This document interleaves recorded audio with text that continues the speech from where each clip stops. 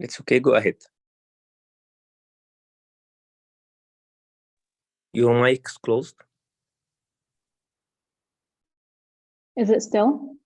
Yes. Hello. Please. Hello, welcome everyone. I would like to start by thanking the Arab Organization for organizing this webinar to shed light on the repression Emirati dissidents are encountering abroad and the potential threats to their safety.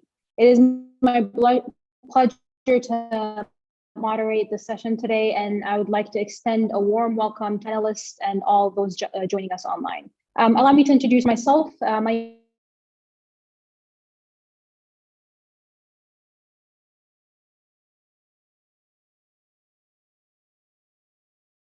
father has been unjustly held in prison for over 10 years, far exceeding his sentence simply for exercising his fundamental right of freedom of speech. As I stand before you today, I carry with me not only my own experiences and challenges, but also the stories of countless individuals who have been silenced, imprisoned, and stripped of their basic rights.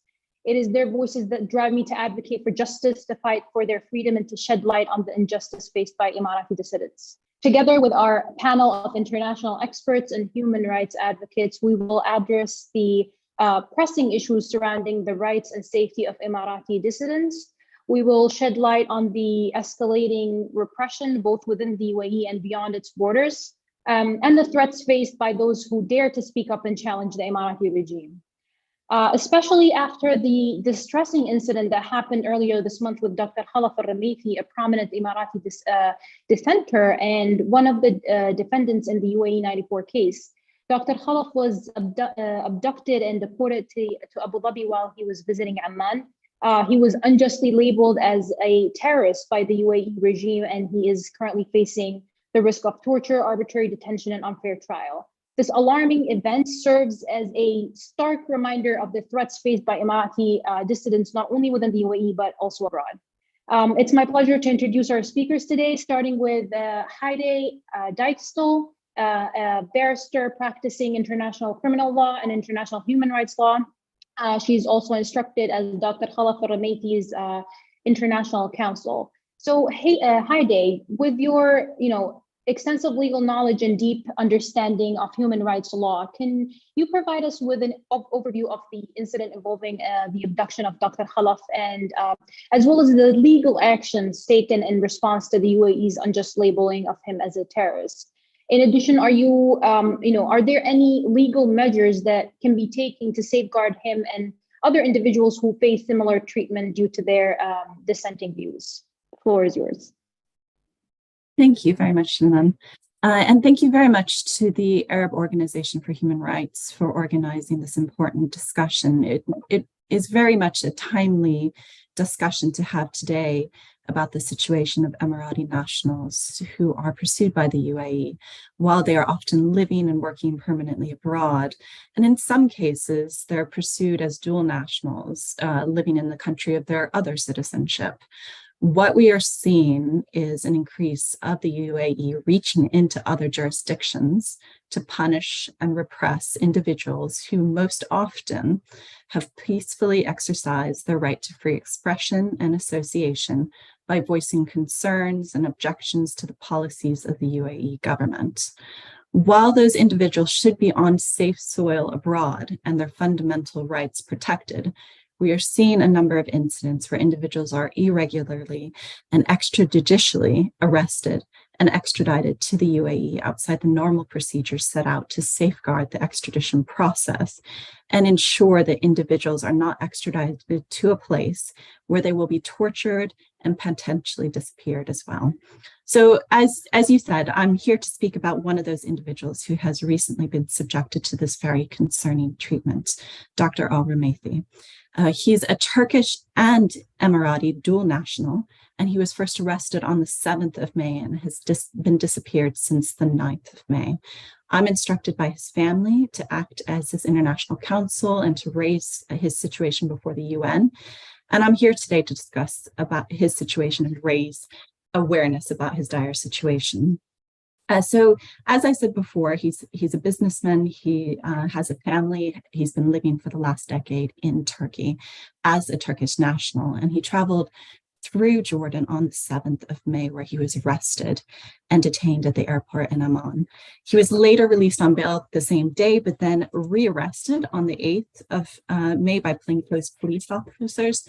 And then he appeared in court on the 9th of May, where a copy of an extradition request from the UAE was presented. So after that, an extradition hearing was scheduled for the 16th of May in order to follow Jordan's extradition laws and process. At that hearing on the 9th of May, that was the last time that Mr. al-Rumayhi's family and lawyers saw or spoke to him. He was not produced in court on the 16th of May, and his lawyers have been unable to access him, speak to him, or ascertain his location. To be clear, he has disappeared for over 3 weeks, and with no word to his family or local lawyers, nor any public announcement on his whereabouts by Jordan as the arresting authorities. So now let me review the reason that the UAE sought him and why the extradition request was presented to the Jordanian authorities. The extradition request sought Dr. Rumayhi's return to the UAE following his 2013 conviction in a mass trial of 94 critics of the UAE government, known as the UAE 94 case. He is a known critic of the UAE government who has exercised his right to free expression and to do so peacefully. The UAE 94 mass trial was widely denounced as unsound by a coalition of leading international human rights organizations due to the gross violations of fair trial standards. The mass trial and the resulting convictions, including of Dr. Rumayhi, were widely recognized as a crackdown on dissent and criticism of the UAE, an attack on the right to free expression and association. He was convicted in absentia, which is a procedure under international law, which is criticized when it is not carried out in strict compliance with fair trial assurances. Yet the trial as a whole was marred by reports of gross violations to the right to a fair trial and to due process, including such violations of denial of the right to legal representation, the inability to appeal the trial verdict, prolonged incommunicado detention, denial of the right to a public hearing, international monitoring and media was prohibited at the trial. There was the denial of the right to the defense, to present a defense case, to call witnesses, to examine witnesses of the prosecution, detention in undisclosed locations, and allegations of torture and serious mistreatment, which were not investigated, and other abuses as well. The trial was recognized by this coalition of human rights organizations I mentioned before as being blatantly unfair and politically motivated, and it was concluded that it was a fundamentally unfair trial. Importantly, as well, the UN Working Group on Arbitrary Detention reviewed the case and concluded that because of the breaches to the right to a fair trial, they were so grave that a fair trial was not possible. It was recommended that the individuals were released from detention and given compensation. And as for the basis of the charges, the UN Working Group recognized that it was based on their rights to free expression and that was wrong and unlawful.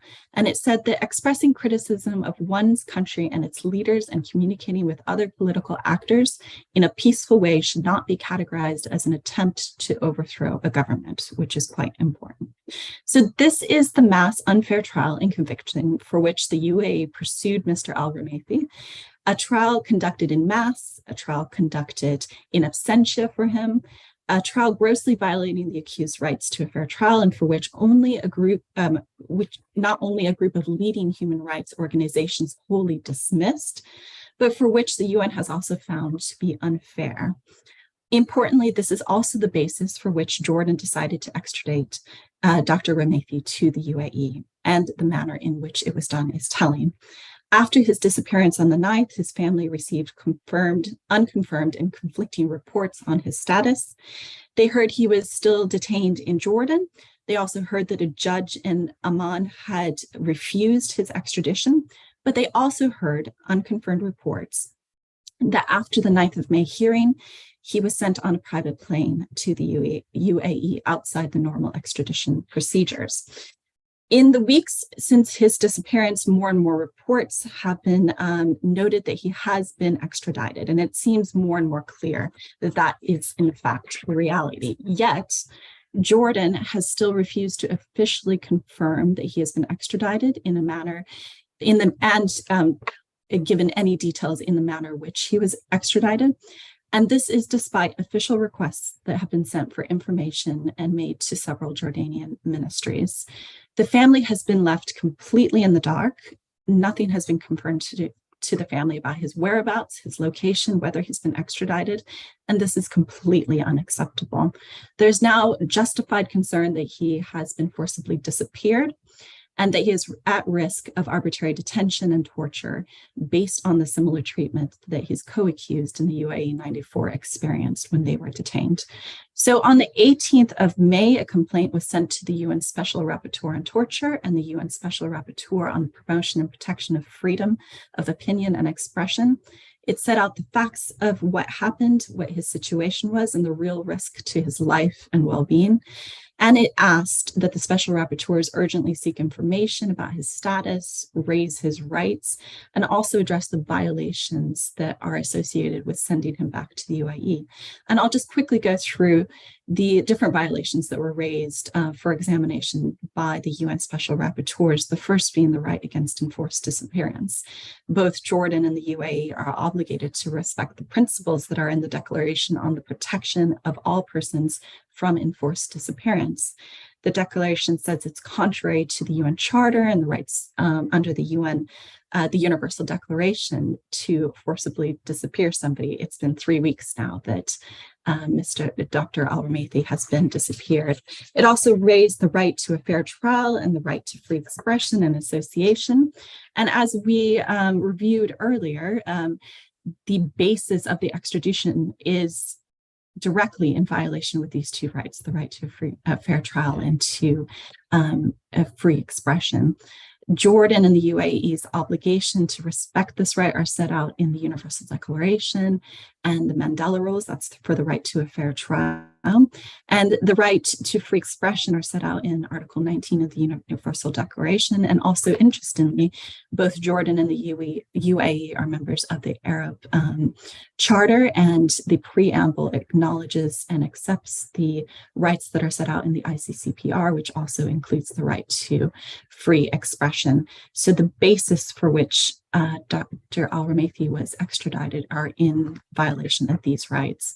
And last, it raised the real and credible risk of violations against the right against torture. Both Jordan and UAE have ratified the Convention Against Torture, and importantly, Jordan's actions of extraditing Dr. Al-Ramathi are in violation of Article 3 of the Convention, which prohibits a state from extraditing a person to another state where there are substantial grounds for believing that he will be in danger of torture. And again, looking back to the treatment of his co-accused who were tried in the UAE 94 trial in person, who reported torture, but these reports were not investigated, they weren't addressed in any way.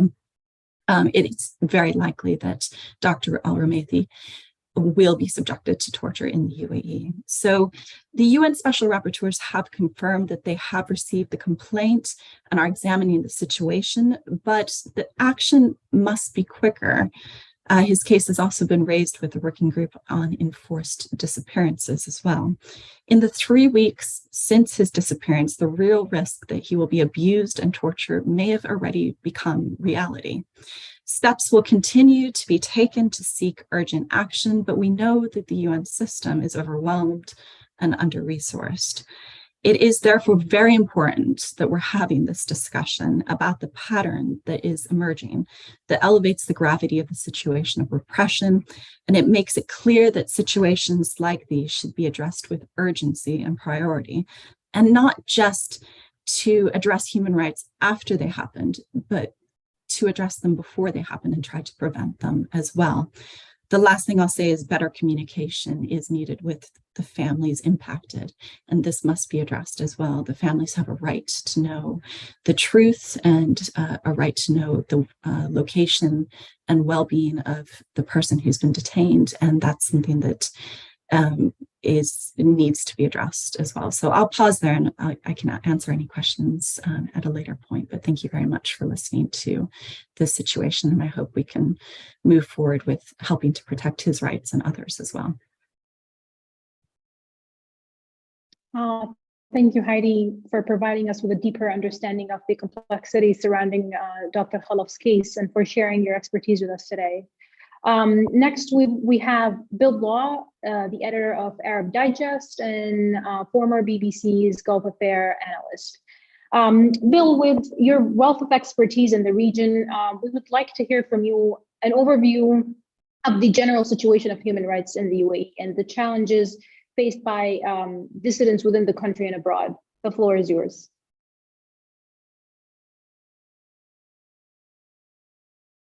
You're muted. Apologies. Thank you, Janana, and thank you to the Arab Organization for Human Rights for this opportunity to speak. And I think it's very clear, and Haiti made it very clear, that the human rights situation in the United Arab Emirates, as it is in virtually every GCC country, is dire. I share with her the terrible anxiety that Dr. Al-Ramayathi's family must feel. He's been disappeared for 3 weeks, and it brings to mind the situation that the family of Abdul Rahman al-Sadhan is facing. It's been several years, actually. He's held in Saudi Arabia since his family has had any word from him whatsoever. And again, credible situation regarding torture. I think the case of Ahmed Mansour is very well known. It needs to be said again that he is being detained in appalling circumstances in a tiny concrete cell in solitary confinement, denied the right to his books, denied medical assistance. Again, we see this reflected in Bahrain. Abdulhadi Halawaja, in urgent need of medical assistance. He's been sentenced to life in prison. The picture is pretty consistent, and it's a terrible picture.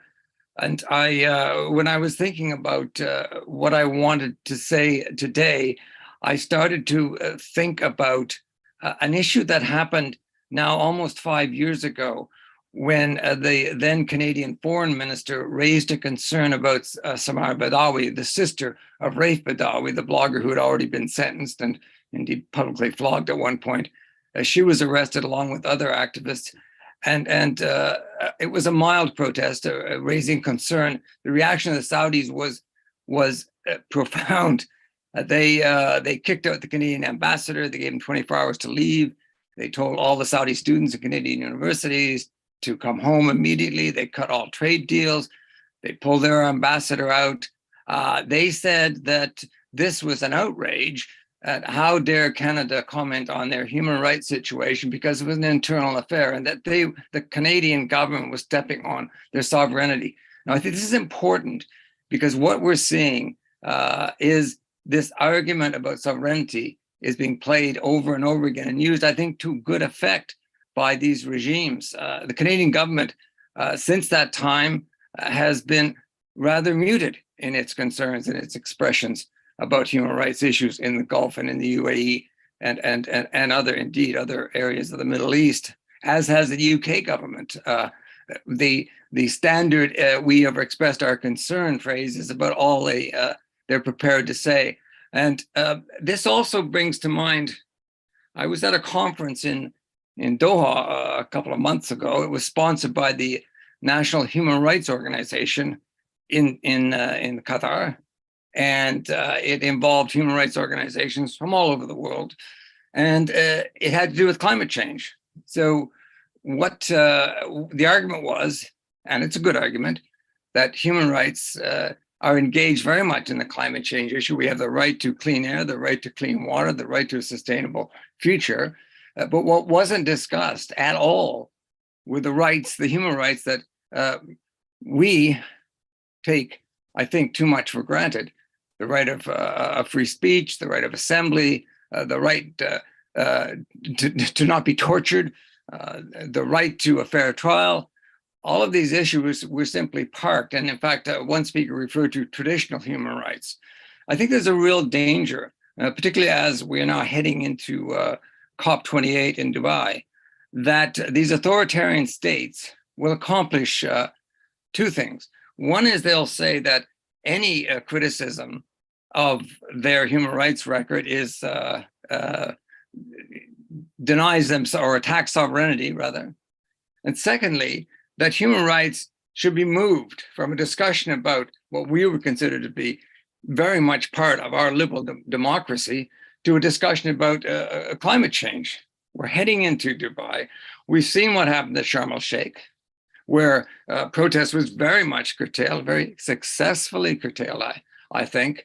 And now we're going to go off to Dubai, to a state with an appalling human rights record, which does not allow its own citizens to criticize, which has one of the arguably the most intense surveillance of any country in the world, perhaps even including China.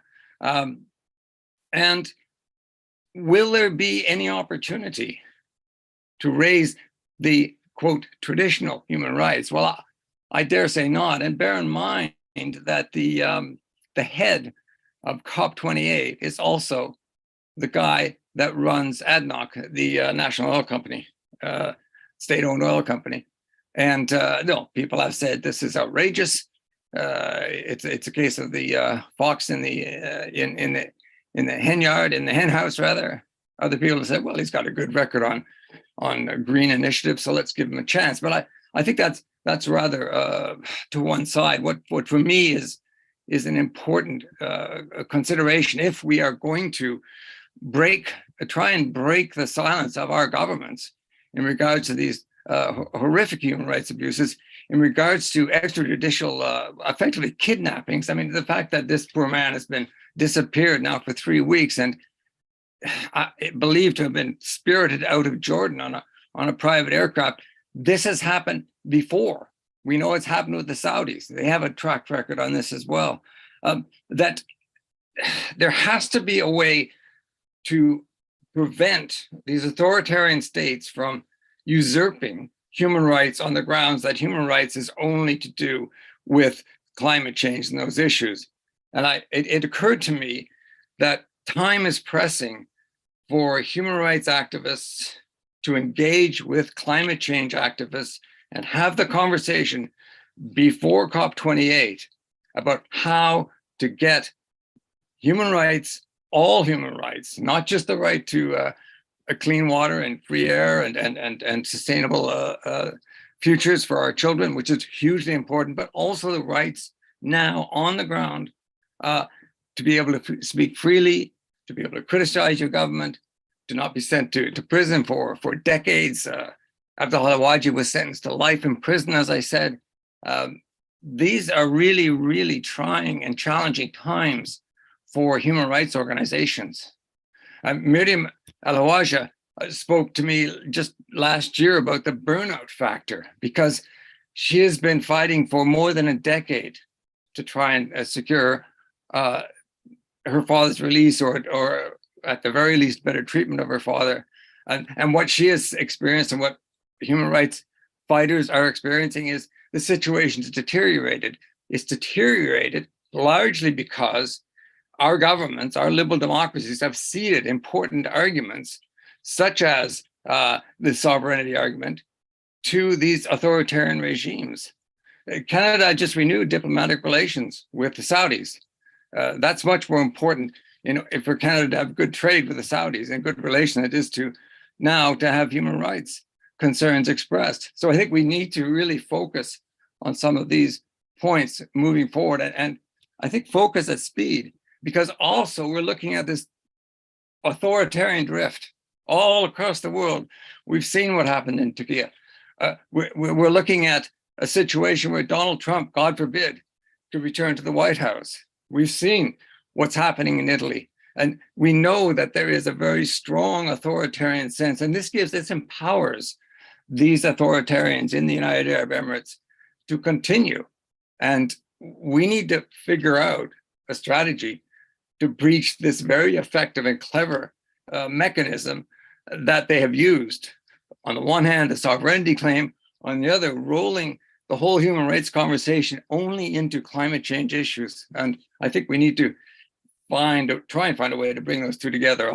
I'll stop there, but those are some thoughts. Thank you.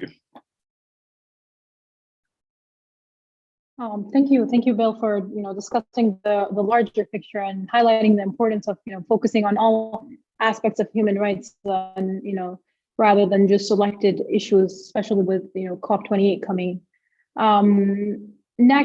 Joining us next, we have Ahmed Al-Sheiba, an Emirati human rights defender and one of the defendants in the UAE 94 case. Through his personal experience and unwavering commitment to advocating for human rights, Ahmed Al-Sheiba will offer us a firsthand perspective on the plight of the UAE dissidents overseas.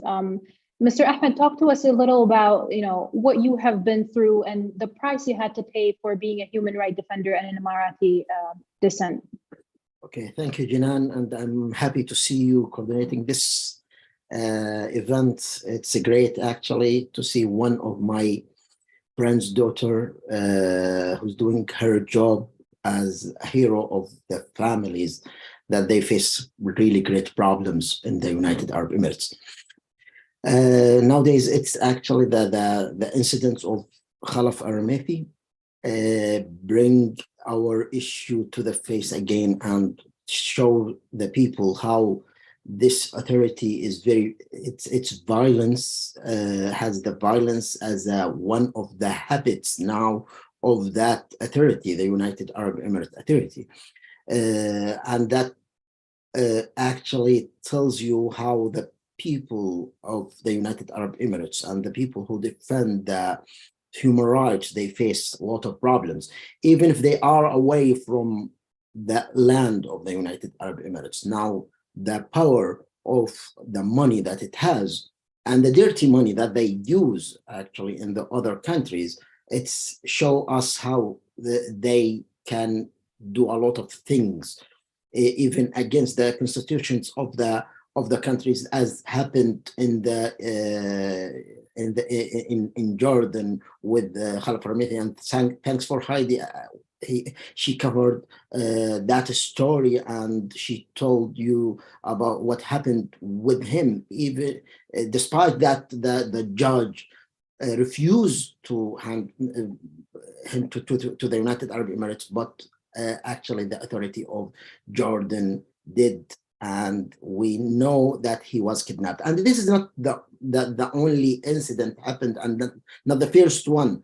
And we can remember in 2015 that happened to Abdurrahman bin Sbih al-Suwaidi, who was kidnapped from Indonesia, and with that with the cooperation of the Indonesian authority as well.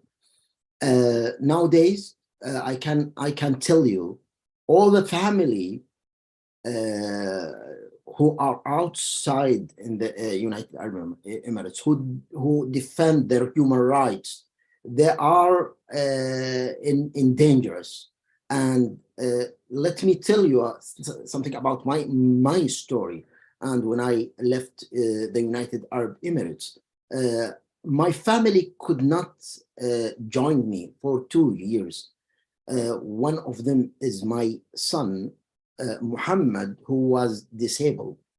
And my family tried to escape, and they escaped after 2 years, but they couldn't bring Muhammad with them. I know that most of you know about this story, but it is important to say that again, for the people to understand how aggressive that regime, and they don't care about the human rights, even with disabled son. In 2014, my family could escape and join me in the UK, but my son remained in the United Arab Emirates because he couldn't escape as a disabled person. Year after year, we tried to bring him with us, but we couldn't. Until in 2020, 2021, actually, I had the phone which told me that he was died. Waiting for that to meet him, it was really hurt us to hear that news from the United Arab Emirates, which actually did not show any mercy for that person. All of the families actually face more than that in the United Arab Emirates or outside of the United Arab Emirates.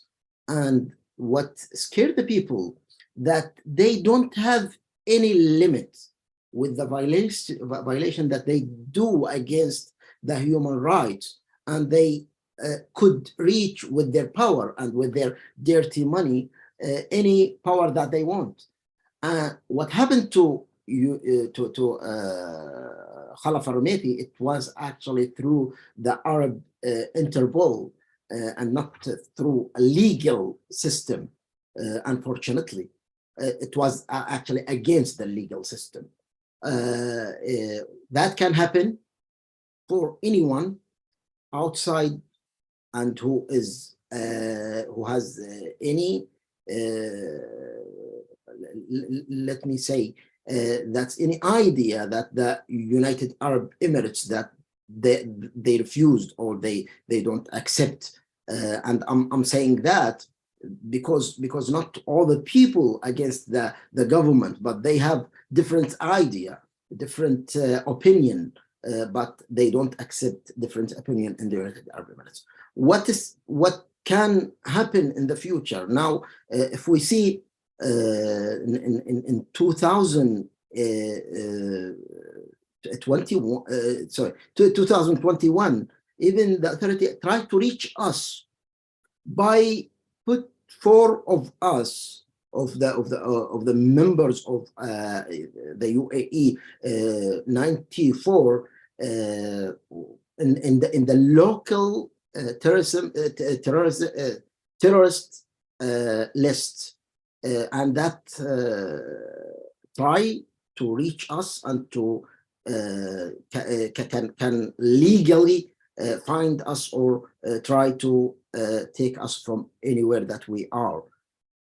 I'm one of those 4 people, and this kind of action, we can see that the power that it has, the United Arab Emirates has, can reach any country. The UAE has even take this name and spread this name in all the Arab countries. So we can't go to any Arab country. So it's limit our movement as well. Now, if we expect what will happen in the future when we see Ahmed al-Rais, one of the people who is really he tortured. He is one of the tortures that seriously happened for one of the detainees. That this person can reach a high level, senior level, in one of the international organization that show us how this authority can reach with their power, and we can understand their power can reach even the European country everywhere with their dirty money, and can affect and influence the human rights in the world. We nowadays we have to think how to stop this violation. We have to think how to tell the people this authority is very dangerous for the human rights in the world, not only in the United Arab Emirates. The detainees, yes, they are suffered in the United Arab Emirates, but even the people outside can be suffered with them. Thank you very much for giving me this opportunity to tell the people about my story, and I hope I cover some of the human rights issue in the United Arab Emirates. Thank you, Mr. Sheba, for sharing your experience with us and for explaining the human rights violations that the UAE regime is capable of perpetrating. Our next speaker is Christina Stockwood. She's the fundraising and development manager at the Gulf Center for Human Rights. Christina's expertise lies in the UAE's, persecution of activists such as the prominent human rights defender Ahmed Mansour and other prisoners of conscience. Christina, could you provide us with an insight into the tactics employed by the UAE regime to suppress the, dissent and persecute activists? What are some notable cases that highlight these issues?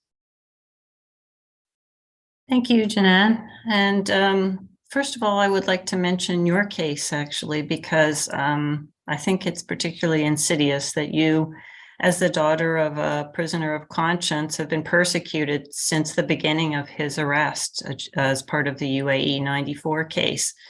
So much so that you had to flee the country in 2016, and even abroad have been receiving threatening messages. I think it's particularly distressing that when you were commenting on Twitter about the tragic death of another prominent woman human rights defender, Ala al-Sadiq, also the daughter of an imprisoned prisoner of conscience, Mohammed al-Sadiq in the Emirates, that you received threatening messages.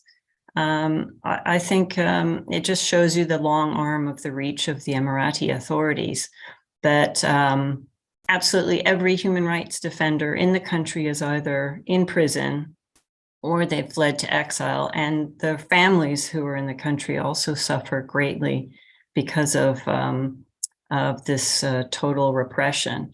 And I'd like to say that I'm really sorry that, after you participated in our seminar on women's solidarity in human rights activism from the Arabian Peninsula last year, you received more threats. And I don't doubt that participating in this seminar now will cause more threats against you. So I want to just commend you for your brave activism and for speaking out, because I think it's really important for people to hear this story. And Ahmed, also, I would like to pay tribute to your bravery and offer condolences for the death of your son and the terrible tragedy of families being split apart and not being able to be together that happens as a result of the repression of the Emirates. Ahmed is one of the people in 2021 listed on a so-called terror list, along with another colleague of mine, Hamad al-Shamsi, who I have worked with on various events and campaigns. He's the executive director of the Emirates Detainees Advocacy Center. And we work together in the SANID campaign, which is Stand Up for Detainees in the Emirates campaign. And I'm just going to put the link to the website. What we do is, in addition to spending a lot of time protesting, writing joint letters and petitions about the abuse of human rights defenders abroad and at home, we have also been organizing campaigning, including around the Dubai Expo. We held a alternative human rights expo where we featured the work of Emiratis, as well as other MENA activists and poets and singers, including Ahmed Mansour, our dear colleague and friend who's a board member of the Gulf Center for Human Rights. He is a really lovely poet. And so we featured some of his poetry at the event, and we will do so again at what we can either call the Alt-COP or the Alternative Human Rights Expo Part 2 that will hold in November ahead of the COP28 to help raise attention to Emirati prisoners and human rights defenders, as well as others around the region. So please watch out for that, that news. The theme of the event is that there is no climate justice without human rights.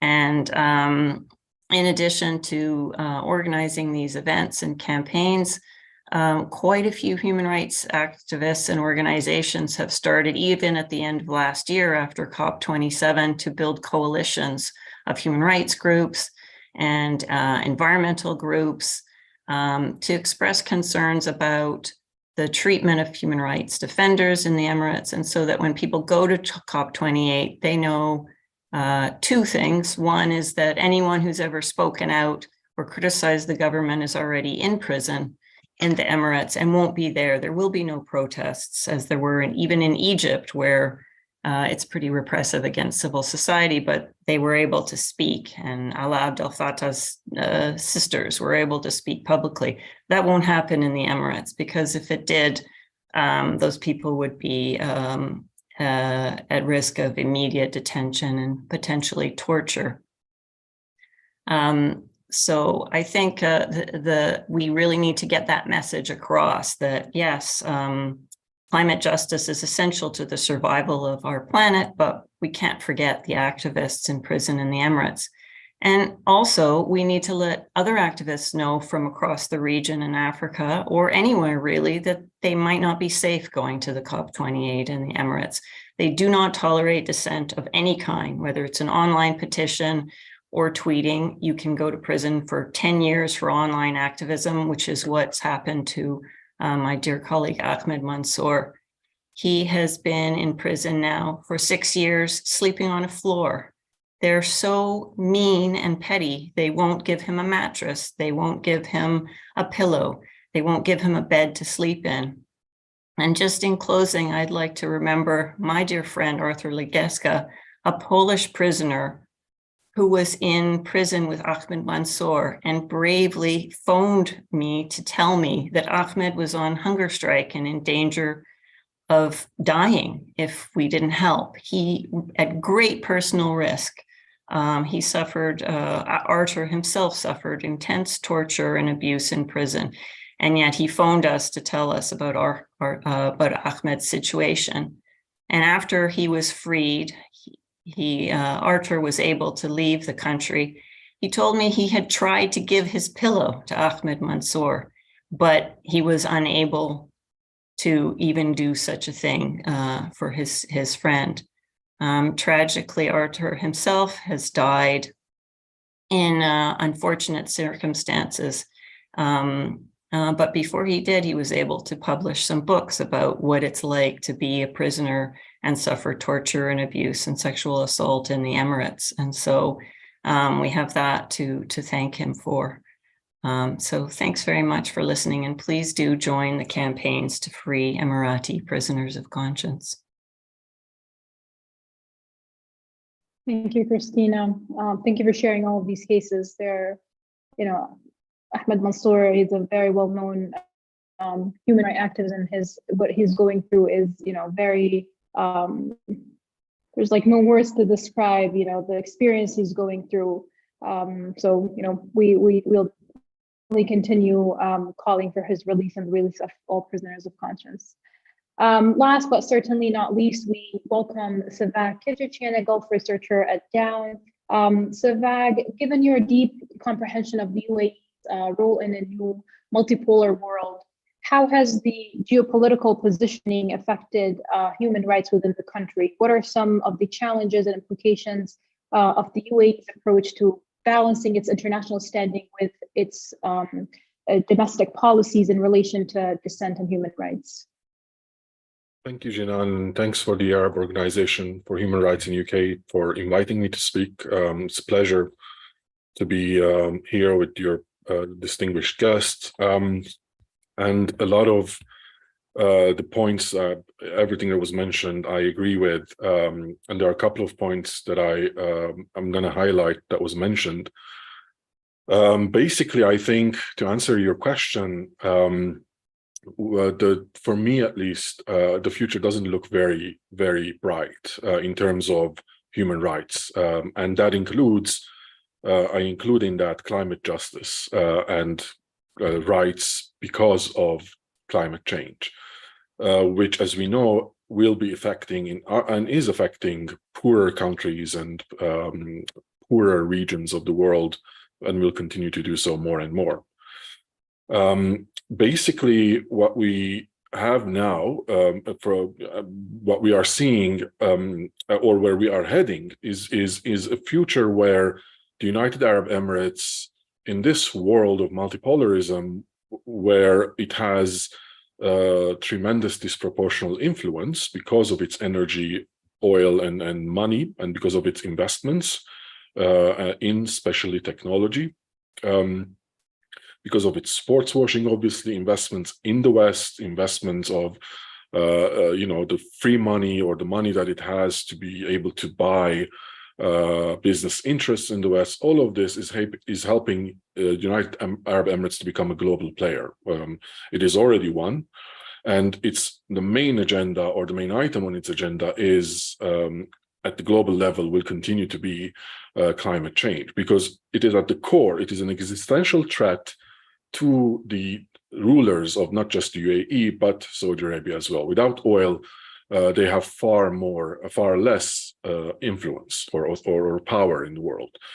And regardless of how much they invest in other things, those are not enough or insufficient for them to maintain their position. So the way that the Arab Spring provided an existential threat, so is now the popular mobilization and the demand to cut down on specifically fossil fuel and replace it with alternative energies, for example. And that is one of the major arenas, if not the major arena, of that they're fighting in now.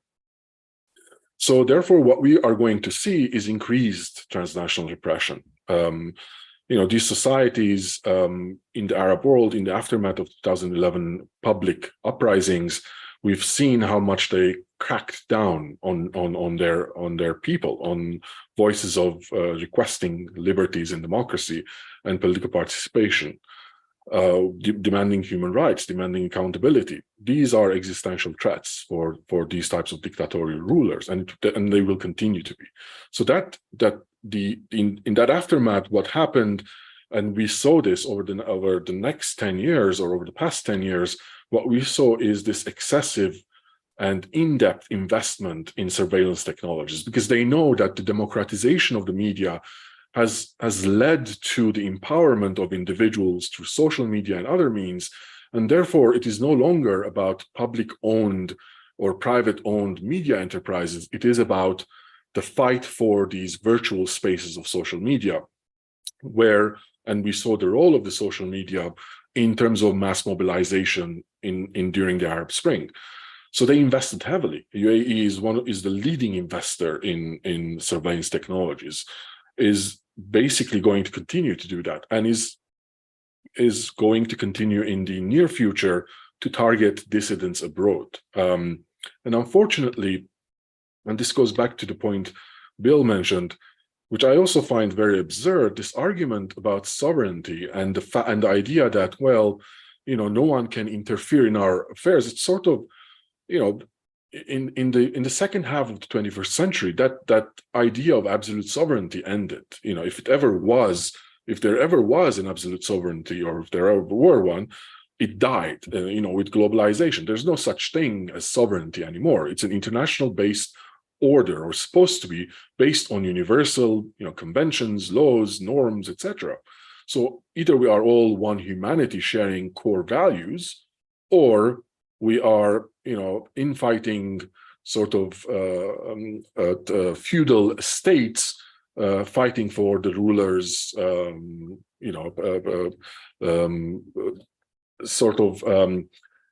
pleasures, etc. So, and at the same time that this argument of sovereignty is thrown against anything, don't interfere in my affairs, we're seeing the other side of it is this excessive and increased investment and utilization of transnational and technological repression tools. So they are reaching out to and reaching activists anywhere in the world through social media, using intimidation, harassment, kidnapping their family members,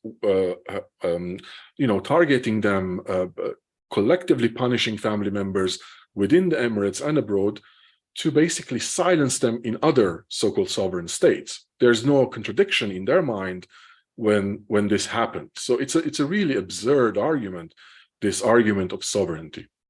However, it's not going to go away. And what is not going to go away is the increased investment in these technologies, is the increased investment in sort of becoming a global influence. And that influence, unfortunately, if it goes unchallenged, it's going to have tremendously negative consequences, including on the fight for climate justice.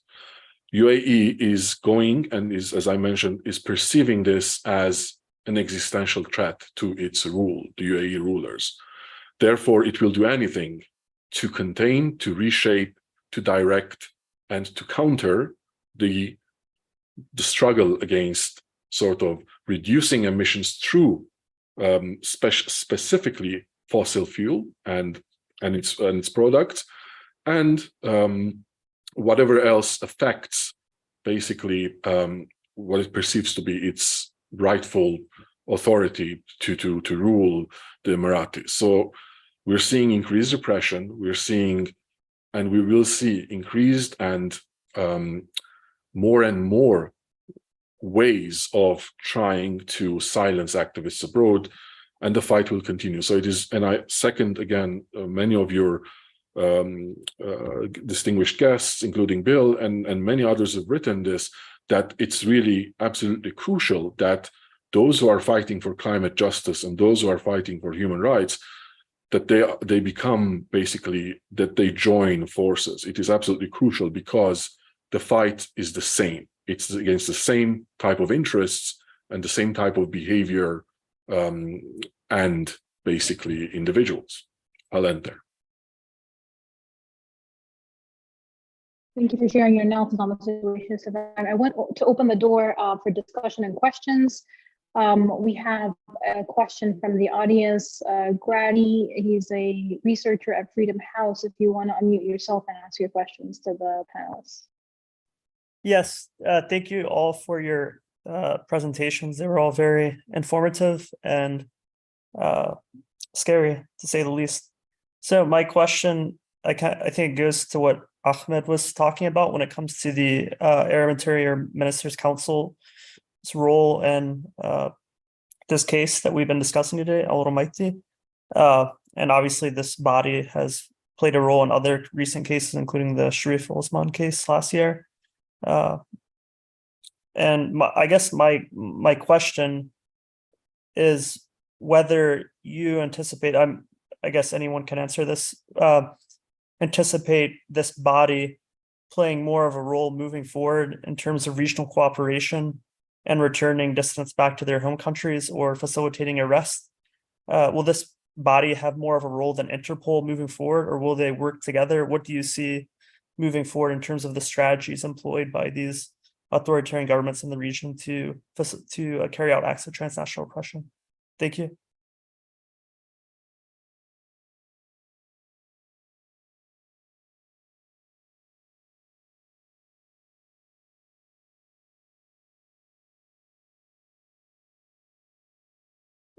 Perhaps I could just jump in quickly to address Dr. Rumaiti's situation. It does seem that this might have been that the Arab Interpol might have been a situation or involved in what happened to Dr. Rumaiti, but I do want to just emphasize again that there has been no confirmation of what's happened to him, where he is, how that extradition took place, which authorities ordered this to happen, and there needs to be urgent clarification from the authorities of how this happened, and that can only happen at this point. It's obviously not happening voluntarily.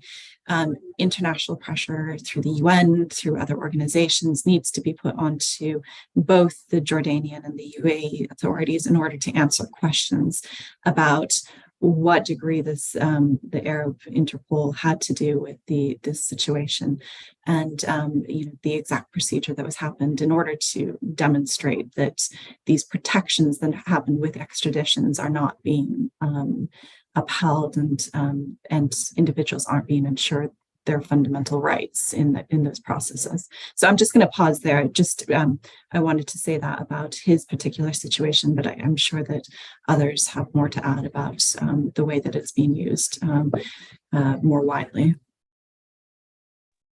No, I'll just have a quick comment on that. I think that as to pick up what Sevek was saying, I think the direction of travel is not a good one, and I fear that we will see the Arab Interpol working pretty assiduously to infiltrate, if that's the right word, and perhaps even work directly with Interpol to secure more of these extraditions, extrajudicial removals, if you will. And I think again, it is really incumbent on our governments to break the silence on these things. And of course, you listen and you hear virtually nothing. So yeah, that's I mean, that's not good news, but that's how I'm seeing it. I'll just add that my friend and colleague Mariam Al-Khawaja, who Bill was talking about before, the daughter also of our co-founder, because she had a prison sentence in Bahrain and managed to leave the country, she can't travel to many countries in the Arab region because of this fear that one of them will arrest her, particularly the GCC, she can't go near, but even the broader region is a risk for her. Even across North Africa, they're a risk to people like her who have sentences that are either pending or that she was able to leave the country for. So this is a really ominous risk. And Ahmed earlier too was mentioning that the head of Interpol is Ahmed Nasser al-Raisi, who's a known torturer. And it's really problematic that he is the head of Interpol, and that it's not that Interpol cannot be assumed to be upholding international law with him at the leadership. And can I add something with what my friends actually said? That the most important problem that we have now, that this authority tried to have influence in every power organization or council that we can see in the world. Through the influence that they have, now they actually could be reached to be chair the anti-terrorism committee in the Security Council, which is illogical to happen with that authority, which support the terrorists in the world. Unfortunately, we can see that in Yemen and everywhere, but it has the influence to be in that power and to reach this level of chairman now in that council.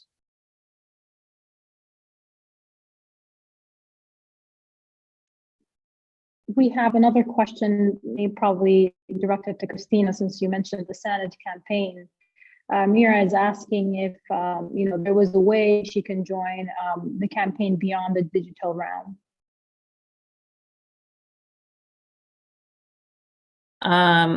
Well, there are, the Sanad campaign is still taking signatures from organizations, and there are some petitions that individuals can sign as well. I think we might launch some new ones coming up ahead of the COP28. There are coalitions of groups involved in campaigning. Right now, I think noise on social media is helpful ahead of the COP28 to raise awareness. Recently, the Emirates was reviewed at the Universal Periodic Review at the UN, where they were held to account by a number of countries and received over 300 recommendations, I think. So you can also carry out some advocacy with your own country and spread the news. You know, a lot of people still think of the Emirates of like, ooh, shopping in Dubai or, you know, a place to go for holiday. But I'll remind people that, you know, foreigners have been arrested and tortured in the Emirates. I've mentioned some of them. There are others, Matt Hedges, David Hay, who, you know, have been treated really badly there. And I think it's good to spread awareness that Dubai is not this, you know, fabulous tourist destination, that some social influencers are there, you know, in their luxury cars and promoting it as a great place to visit, but it's not actually a safe place to visit for many people.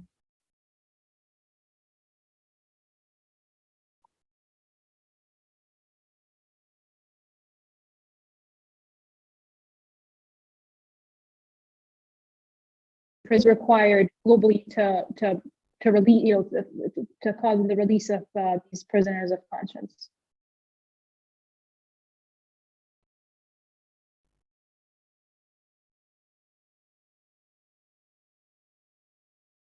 Sorry, I just realized that I was cutting for a little bit. So I'll repeat the question again.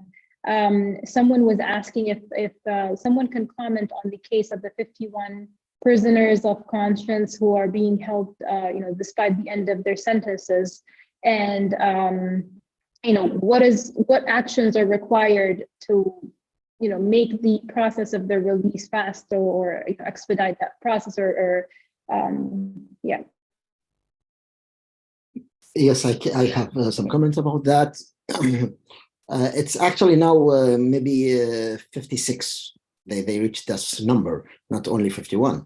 And we know that the authority now showed that they will not release them, and they will be detained until they decided that it's against the law. They don't care about the Jerusalem system there in the United Arab Emirates. No, they have what's called المناصحة, مركز المناصحة, which translated to counseling center, and this counseling center can extend your staying or your detention in the jail for unlimited time.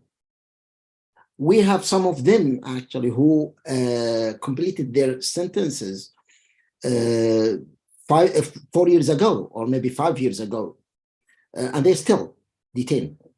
For what and under what law? There is no law under that. The power of the authority is actually more than even the judge decision. They don't respect their decision as well. They don't respect the judge decision. So this is the problem that we face, and all the family, you can imagine some of the children, they grow up while their parents in the jail, and they are now 12 years old, 13 years old, and they were waiting, and they knew that their father will come back in this certain time, but there is nothing happen, and unfortunately there is no answer even about that. All the organizations, all the human rights organizations ask the United Arab Emirates what happened with those people and why they are still detained, and there is no answer from the authority. If I could just jump in here as well. I mean, this is something that I noted in reports about the situation of those individuals that are being detained for the UAE 94 case in regards to Dr. Ramathi's situation. And it was something that was raised before the UN Special Rapporteurs as well, in order to highlight the real risk that further human rights violations will be experienced by him as well if he's detained for that conviction, that he could be indefinitely detained as well. And what's really concerning is when we're seeing these reports about individuals who are continuing to be detained because their detention is characterized as counseling because they've justifications are given such as they've adopted extremist thought and they need counseling for that. But what's very concerning is that there's no right to appeal that continued detention. So I think what we're seeing, the theme that's going through all of everything that we've discussed today is this lack of transparency in processes, whether it's the way that these individuals are being detained and continuing to be detained or being extradited back to the UAE, and also the irregularity of the processes as well.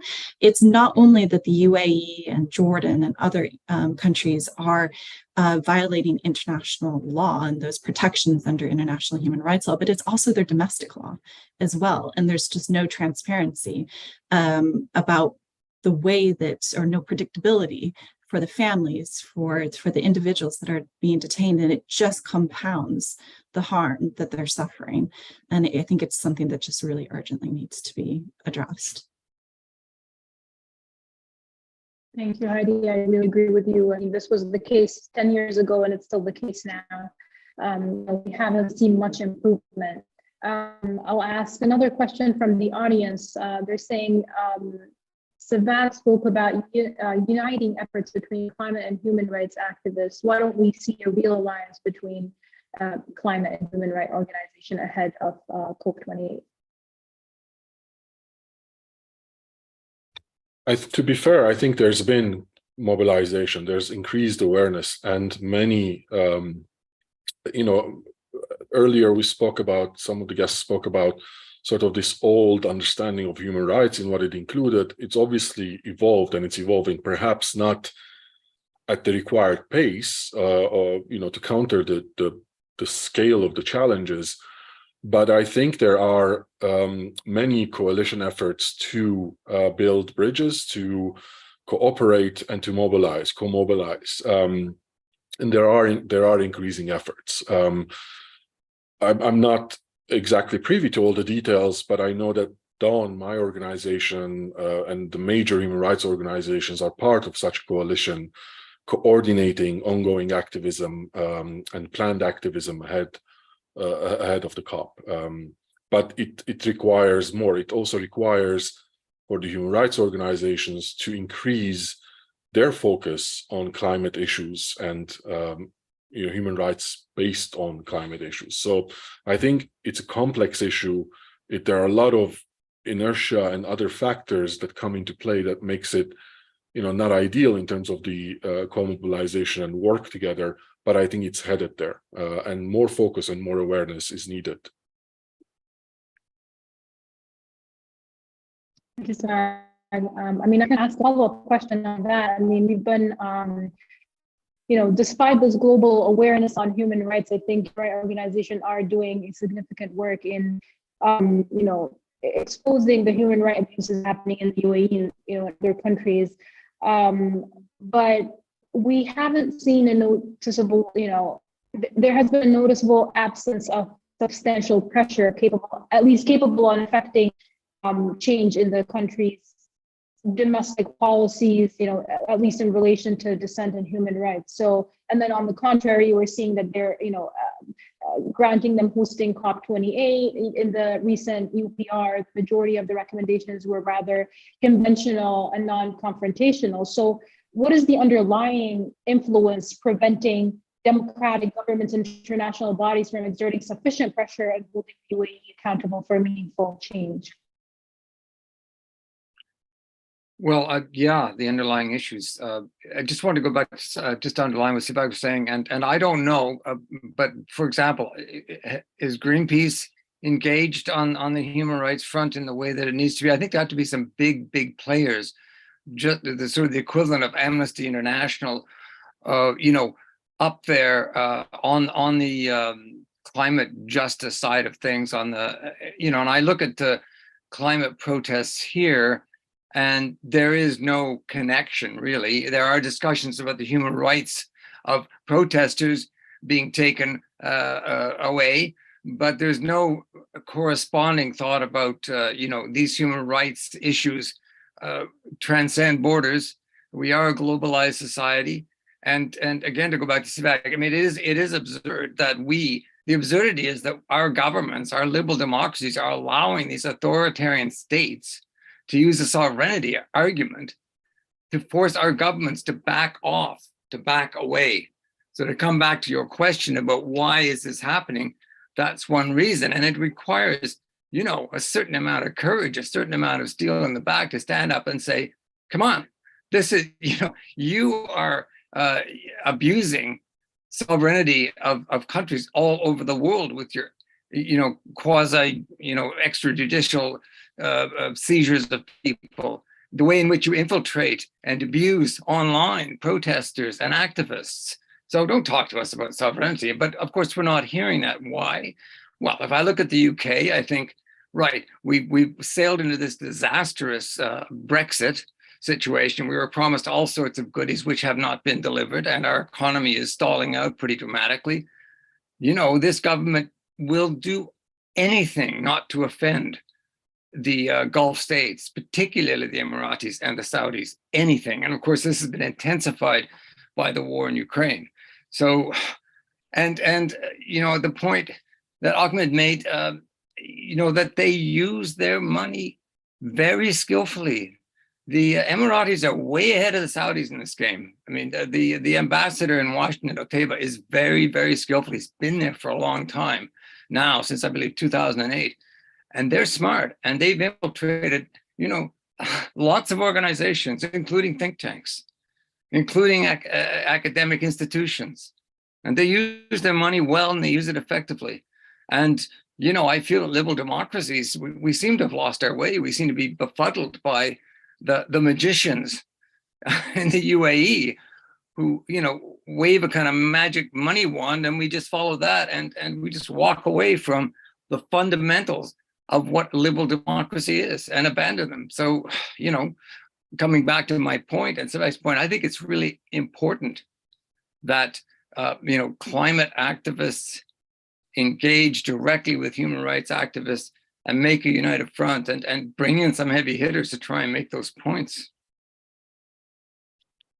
If I can also just add, I think I completely agree. And I think the point that I would emphasize here is the multifaceted sort of struggle, one of which is, to answer your question, Jinan, so the part of this is the elite in the West, who are basically, like, for example, in the United States, we have a lot of this, and Dawn is trying to fight this, which is that ex-government officials ending up providing these services to these authoritarian governments like the Emirates, etc., including lobbying the US government, including, public relations, technological know-how, spyware, or intelligence, etc.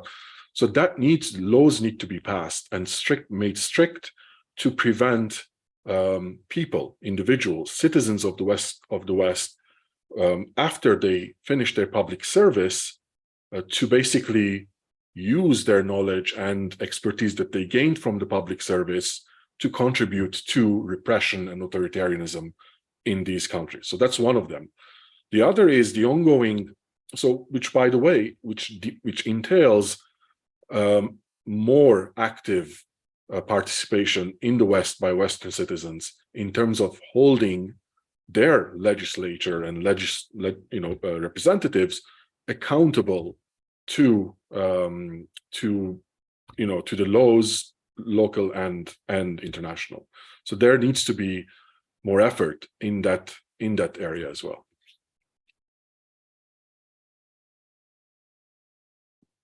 Thank you so much for your contribution and your participation. We'll have to end here.